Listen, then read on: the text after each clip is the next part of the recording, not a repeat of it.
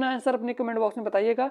देखते हैं कि आप इन प्रश्नों में से कितने का जवाब दे पाते हैं। पहला प्रश्न है कि रात्रि में घूमने वाले के लिए एक शब्द है। तो दोस्तों याद रखिएगा, जो रात्रि में घूमने वाले के लिए एक शब्द क्या है भैया, निशाचर को कहा जाता है। कि रात में घूमने वालों को निशाचर कहा जाता है, भ्रमण करने वाले को भ्रमणीय, तप करने वाले को तपस्वी कहा जाता है, और अचर कहा जाता है मेरे भाई, जो वस्तु चलने वाली ना हो उसे अचर कहा जाता है। तो याद रखिएगा इसका राइट आंसर किसके साथ जाएगा, इसका राइट आंसर हो जाएगा ऑप्शन नंबर सी वाला, कि रात में घूमने वाले के लिए निशाचर शब्द है। ऑप्शन नंबर सी वाला सही होगा। यकीन मानिए सारे प्रश्न प्रीवियस ईयर के प्रश्न है, तो आपको एक भी प्रश्न मेरे भाई छोड़ना नहीं है, क्योंकि रैपिड टेस्ट है, मात्र 10 मिनट की वीडियो है। तो 10 मिनट तो यार देख ही सकते हैं आप, फास्ट कर दीजिए। तो 2x की स्पीड लगाकर आप सुनिए बड़े ध्यान से, एक बार नहीं 2 बार सुनिए, क्योंकि दोस्तों ये प्रश्न यकीन मानिए आपको मिल सकता है पेपर में। तो बड़े ध्यान सुनिएगा।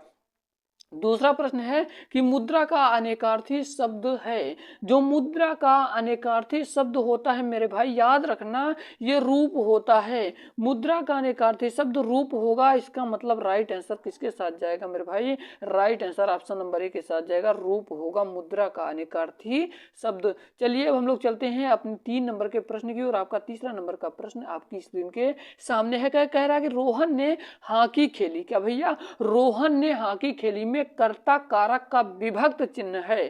कर्ता कारक का विभक्त चिन्ह है। तो मेरे दोस्त याद रखिएगा, इसका ना तो रोहन राइट आंसर होगा और ना ही हॉकी होगा, ना ही खेली। तो इसका राइट आंसर किसके साथ जाएगा मेरे भाई, ने के साथ जाएगा। क्या कि रोहन ने हॉकी खेली में कर्ता कारक का विभक्त चिन्ह ने है, इसका मतलब right answer option number B वाला होगा। चलिए अब हम लोग चलते हैं अपने अगले प्रश्न की ओर। 4 नंबर का प्रश्न आपकी स्क्रीन के सामने है। कह रहा है कि कर्ता का क्या का अर्थ होता है। कर्ता का क्या अर्थ होता है मेरे दोस्तों। तो दोस्तों याद रखिएगा, जो कार्य करे कर्ता का अर्थ वही तो होगा, जो कार्य करे उसी को ही तो कर्ता कहेंगे। इसका मतलब correct answer option number B के साथ जाएगा। उम्मीद करता हूँ ये रैपिड टेस्ट है, मात्र 10 मिनट की वीडियो आप सभी के समझ में आ रही होगी। 10 मिनट की वीडियो पर कारगर बहुत है, यकीन मानिए दोस्तों। आपका 5 नंबर का प्रश्न कह रहा है कि आज वर्षा होगी में कौन सा काल है। आज वर्षा होगी में कौन सा काल है। तो दोस्तों आप सभी को बताना चाहूंगा, ये आज वर्षा होगी, इसका मतलब अभी वर्षा हुई नहीं है, संभावनाएं व्यक्त की जा रही हैं दोस्तों। तो सामान्य भविष्य काल होगा, ऑप्शन नंबर सी वाला सही होगा। क्या भैया, आज वर्षा होगी अभी हुई नहीं है, अभी ये संभावनाएं व्यक्त कर रहा है, तो सामान्य भविष्य काल होगा। इसका मतलब राइट आंसर आपका सी नंबर होगा। चलिए अब हम लोग चलते हैं अपने 6वें नंबर के प्रश्न की ओर रैपिड टेस्ट में। 6वां नंबर का प्रश्न कह रहा है मेरे दोस्त, कह रहा है कि निम्न में से सही सकर्मक क्रिया का उदाहरण पहचानिए। तो दोस्तों याद रखिएगा, निम्न में से सही सकर्मक क्रिया का उदाहरण पहचानिए। तो दोस्तों याद रखिएगा, इसका राइट आंसर हो जाएगा ऑप्शन नंबर डी वाला, सीता बीड़ा बजा रही है। देखिए सकर्मक क्रिया का उदाहरण आपको पहचानना है। देखिए कशिश हंस रही है, ये नहीं होगा। चिड़िया उड़ रही है, ये नहीं होगा। और सूरज उग रहा है। तो दोस्तों सकर्मक क्रिया क्या होगा, सीता बीड़ा बजा रही है, ऑप्शन नंबर डी वाला सही होगा। चलिए उम्मीद करता हूँ ये सारे प्रश्न आप सभी के समझ में आ रहे होंगे। आपका 7 नंबर का प्रश्न आपकी स्क्रीन के सामने है। कह रहा है कि साम्राज्ञी का सही पुल्लिंग शब्द है। सामग्री का सही पुल्लिंग शब्द है। तो दोस्तों याद रखिएगा, सामग्री का सही पुल्लिंग शब्द क्या होगा मेरे भाई, सामग्री का सही पुल्लिंग शब्द सम्राट होगा। यानी कि इसका राइट आंसर जाएगा ऑप्शन नंबर किसके साथ, ऑप्शन नंबर सी के साथ जाएगा, कि सामग्री का सही पुल्लिंग सम्राट होगा। चलिए हम लोग चलते हैं अपने अगले प्रश्न की ओर। रैपिड टेस्ट का 8वां नंबर प्रश्न है, जल्दी जल्दी इसका आंसर बताइए मेरे भाई। कह रहा है कि चिड़िया का बहुवचन है। तो चिड़िया का बहुवचन है, तो चिड़िया का बहुवचन क्या होगा दोस्तों, जल्दी से इसका आंसर बताइए। तो कुछ लोग तो लगा देंगे, कुछ लोग लगा देंगे कि क्या लगाएंगे, कुछ लोग लगाएंगे चिड़ियाएं, और कुछ लोग लगा देंगे चिड़ियों, और कुछ लोग लगा देंगे चिड़ा। परंतु ये तीनों ऑप्शन गलत है। इसका मतलब राइट आंसर आपके किसके साथ जाएगा, राइट आंसर जाएगा मेरे भाई चिड़िया होगा। चिड़िया का बहुवचन क्या होगा, चिड़िया होगा, ऑप्शन नंबर ए वाला सही होगा। उम्मीद करता हूँ एक एक प्रश्न आप सभी के समझ में आ रहे होंगे। चलिए दोस्तों, आपका अगला प्रश्न है। आपका अगला प्रश्न 9 नंबर का है दोस्त। कह रहा है कि जो वर्ण स्वर की सहायता से बोले जाएं उन्हें क्या कहा जाता है। जो वर्ण स्वर की सहायता से बोले जाएं मेरे दोस्त, उन्हें क्या कहा जाता है। तो दोस्तों याद रखिएगा, जो वर्ण स्वर की सहायता से बोले जाएं उन्हें क्या कहा जाता है। तो उन्हें क्या कहा जाता है, उन्हें व्यंजन कहा जाता है। जो वर्ण स्वर की सहायता से बोले जाएं तो उन्हें क्या कहा जाएगा, उन्हें व्यंजन कहा जाएगा। ऑप्शन नंबर बी वाला सही हो जाएगा। चलिए अब हम लोग चलते हैं रैपिड टेस्ट के 10वें नंबर के प्रश्न की ओर। कह रहा है कि व्यंजन को स्वर रहित दिखाने के लिए किस चिन्ह का उपयोग किया जाता है। तो दोस्तों याद रखिएगा कि व्यंजन को स्वर रहित दिखाने के लिए किस चिन्ह का उपयोग किया जाता है। तो दोस्तों याद रखिएगा कि इसको किसका उपयोग किया जाता है, हलंत का उपयोग किया जाता है।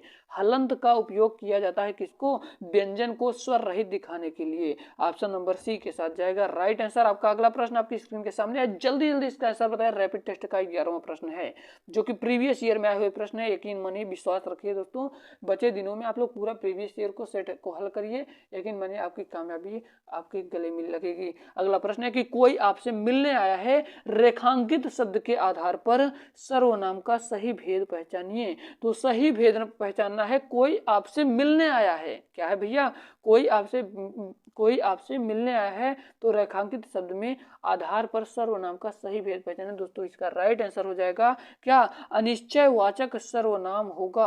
अनिश्चयवाचक सर्वनाम, कोई आपसे भैया मिलने आया है, अभी मिला नहीं है, कोई आपसे मिलने आया है, तो इसमें कौन सा होगा, अनिश्चयवाचक सर्वनाम होगा। ऑप्शन नंबर ए वाला सही होगा। हम लोग चलते हैं अपने 12 नंबर के प्रश्न की ओर। रैपिड टेस्ट है। 12 नंबर का प्रश्न है कि अयोध्या सिंह उपाध्याय हरिऔंध की प्रसिद्ध रचना कौन सी है। तो दोस्तों आप सभी को बताना चाहूंगा, ये जो 12 नंबर का प्रश्न है बहुत बार परीक्षाओं में आ चुका है, जो कि बहुत ही ज्यादा महत्वपूर्ण है। दोस्तों याद रखिएगा, अयोध्या सिंह उपाध्याय हरिऔंध की प्रसिद्ध रचना प्रिय प्रवास है। और ये जो झरना है मेरे भाई, झरना को जयशंकर प्रसाद जी ने लिखा था। झरना को जयशंकर प्रसाद जी ने लिखा था। और प्रेम प्रलाप को किसने लिखा था, प्रेम प्रलाप को लिखा था भारतेंदु हरिश्चंद्र जी ने। और अंधा युग धर्मवीर भारती द्वारा लिखी गई रचना है। उम्मीद करता हूं ये सारे प्रश्न आप सभी के समझ में आ रहे होंगे। आपका 13 नंबर का प्रश्न आपके स्क्रीन के सामने है। कह रहा है कि फणीश्वर नाथ रेणु द्वारा रचित उपन्यास कौन सा है। तो दोस्तों याद रखिएगा, इसका राइट आंसर कौन सा होगा, मैला आंचल है। मैला आंचल है मेरे भाई, मैला आंचल होगा इसका right answer. Option number B वाला सही होगा। अब हम लोग चलते हैं रैपिड टेस्ट के 14वें नंबर के प्रश्न की ओर। कह रहा है कि इनमें से कौन सी मीराबाई द्वारा रचित रचना नहीं है। तो दोस्तों आप सभी को बता दूं कि ये जो प्रश्न है भी बहुत इंपॉर्टेंट है। तो राग गोविंद जो कि मीराबाई द्वारा रचित रचना है, और राग सोरठा ये भी मीराबाई द्वारा रचित रचना है। और दोस्तों इसमें कौन सा नहीं है, तो इसमें याद रखिएगा दोस्तों, ये जो गीत गोविंद है, गीत गोविंद ये मीरा सिंह द्वारा रचित रचना नहीं है। इसका मतलब right answer option number B के साथ जाएगा। आपका 15 नंबर का प्रश्न आपकी स्क्रीन के सामने है।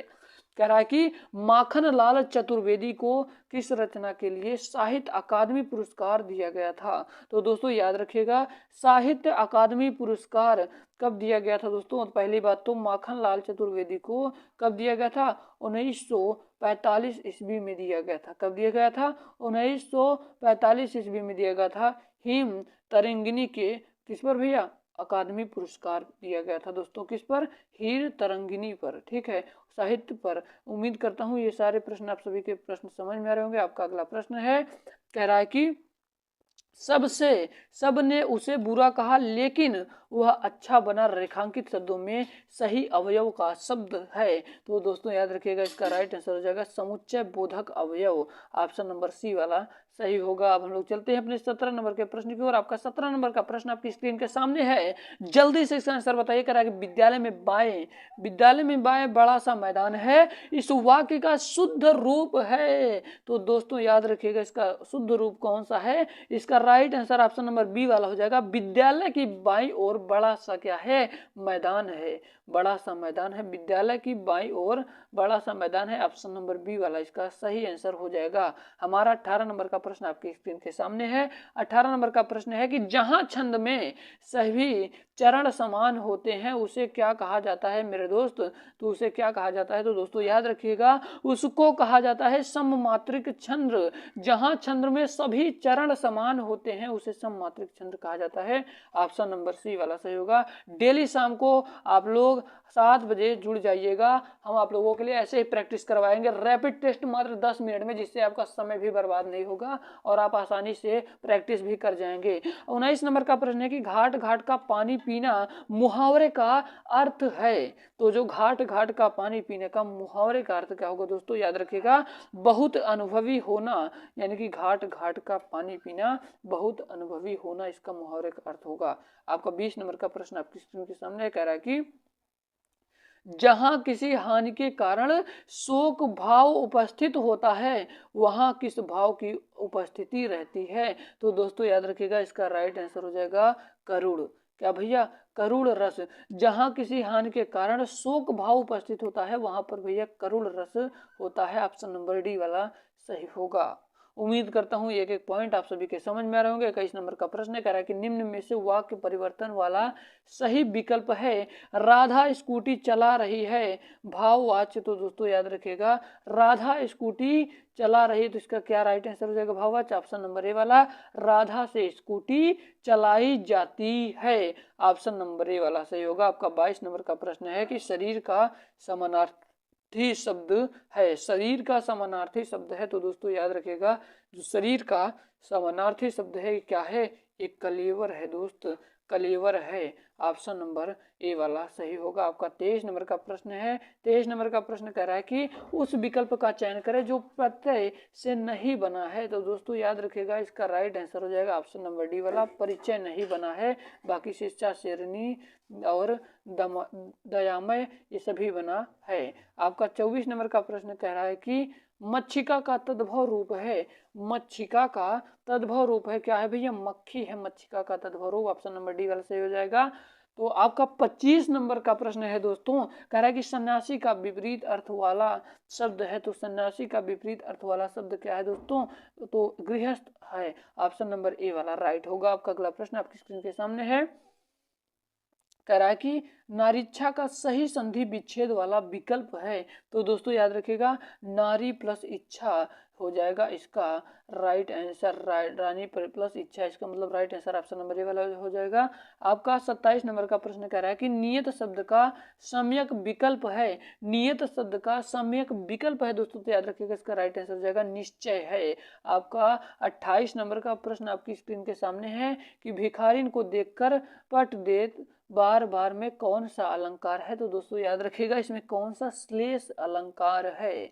उम्मीद करता हूँ ये आज की वीडियो बहुत ज्यादा पसंद आई होगी। अगर आपको वीडियो पसंद आई हो तो रैपिड टेस्ट को देना मत भूलिएगा। कल मिलते हैं शाम को 7 बजे। तो वीडियो पसंद आए तो वीडियो को लाइक करना, शेयर कर दीजिएगा। हम ऐसे प्रैक्टिस जल्दी जल्दी करवा के आपके सिलेक्शन के लिए जिम्मेदार बनाएंगे इन प्रश्नों को। जय हिंद, वंदे मातरम, मेरा भारत महान। कमेंट सेक्शन में जय हिंद जरूर लिखिएगा।